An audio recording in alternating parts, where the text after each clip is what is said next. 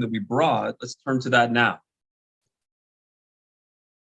Solo 401k FAQ, bank versus brokerage to invest in private placement. I'm considering setting up a solo 401k to invest in a private placement. Is it better to invest via a bank or brokerage account? So while you are certainly allowed to invest in a private placement via a brokerage account, based on client feedback and experience, many clients prefer to do so via a bank account because the investment provider wish to make dividend payments via ACH, which is easier to do via a bank account. You could then simply transfer the funds from the solo 401k bank account to the solo 401k brokerage account if you wish to do so.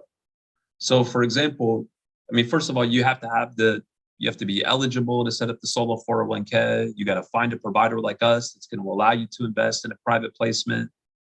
You have to have an account opened up under the name and the EIN of the plan. So as we've talked about, right, many of our clients, they want to have a brokerage account because even though they might be interested in investing in alternative investments, they might also want to be able to invest in traditional investments, whether it's an ETF or a mutual fund. So maybe between deals, for example, they might want to put the funds into an ETF, right? So these brokerage accounts that are being set up are governed by the third-party plan document, meaning our plan document, which allows you to invest in the alternative investments like private placement. So even though you could go and get a basic plan at one of these brokerages, like say Fidelity or Schwab, which is certainly not going to allow you to invest in the private placement, these brokerages will still open an account for a third-party plan that does allow you. So you can certainly have the funds in the brokerage account, transfer it out to the investment provider to make the investment in the private placement. Of course, that investment will have to be made under the name and the EIN number of the plan. So you're giving that name and EIN number to the investment provider, signing the investment documents as the trustee of the solo 401k. So when the investment provider is returning those dividends, right, back to the investors, meaning your solo 401k, they may want to return those dividends back via ACH payment.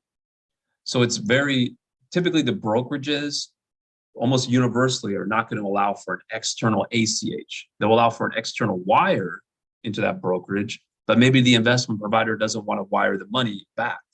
So in that case, you would need a bank account under the name and the EIN of the plan to receive that return on the investment, the dividend payment that's sent via ACH.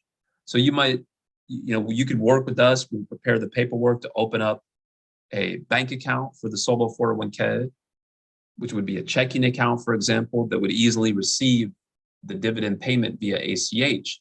And then you could simply just transfer the funds, if you wanted to do so, over to the brokerage account to invest, say, between deals.